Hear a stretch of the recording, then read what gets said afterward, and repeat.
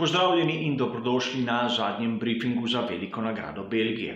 Skupaj si bomo pogledali tako rezultate kvalifikacij, kaj pravi ritem sprostih treningov in seveda, kaj lahko pričakujemo od strategije. Tako bomo lahko bolje razumeli, kaj lahko pričakujemo od same nedeljske dirke za veliko nagrado Belgije.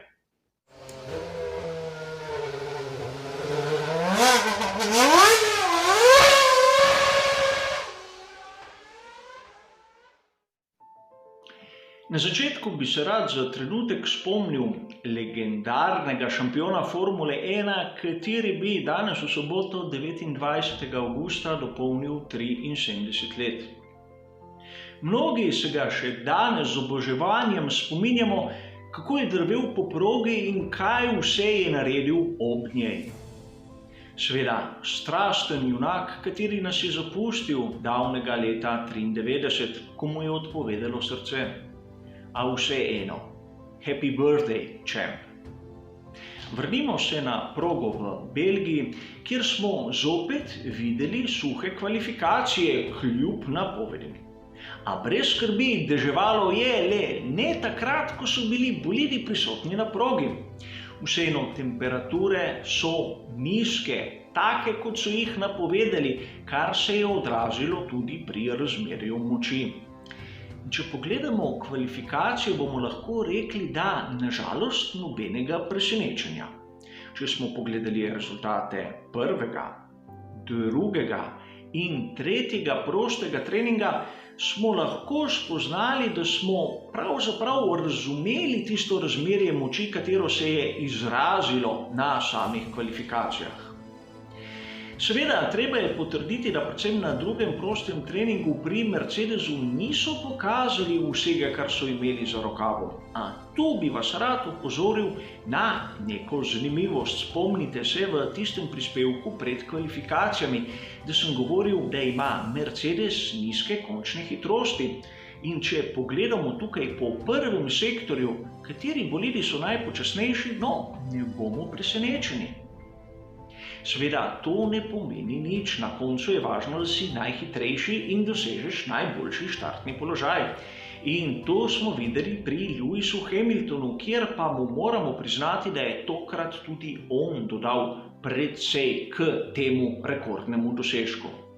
Valtteri Bottas je skušal, a videli smo razliko med enim in drugim, kjer moram zopet poudariti nekaj, da Lewis Hamilton nam je lahko všeč ali ne, ampak ne moremo trditi, da ni hiter. Pri vseh ostalih je seveda tu treba omeniti Maxa Verstappena, kateri je edini, ki bi lahko ogrozil vsaj Valtterija Bottasa na nedeljski dirki, ampak dirka je dirka, zgodi se lahko marsikaj. Seveda, treba je tu poudariti, da imajo prvi trije enak izbor pnevmatik za začetek dirke in verjetno tudi podobno strategijo, a o tem malce kasneje seveda. Pri ostalih je treba poudariti zopet dobro predstavo pri obeh voznikih tovarniške ekipe Renault.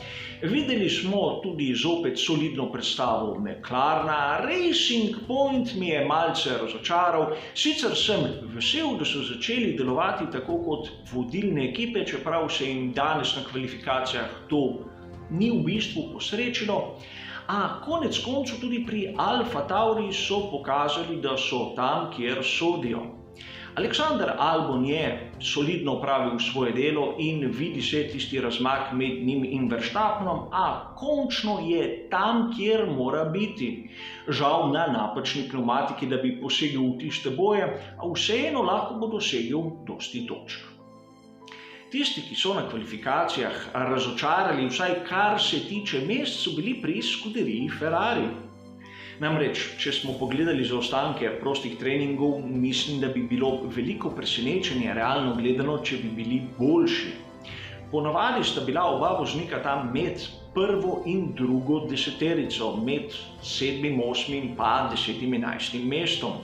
Sedaj se je situacija poslabšala.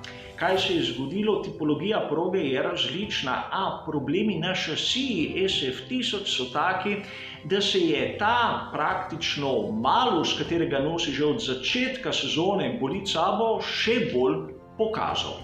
Namreč nismo videli niti enega dela, kateri bi bil napravljen nalašč za to progo in kateri bi lahko vsaj umilil situacijo. Seveda na situacijo Scuderie Ferrari lahko gledamo z dveh popolnoma različnih zornih kotov. Kdo bi rekel še pred letom, da bo Williams tik za Ferrarijem?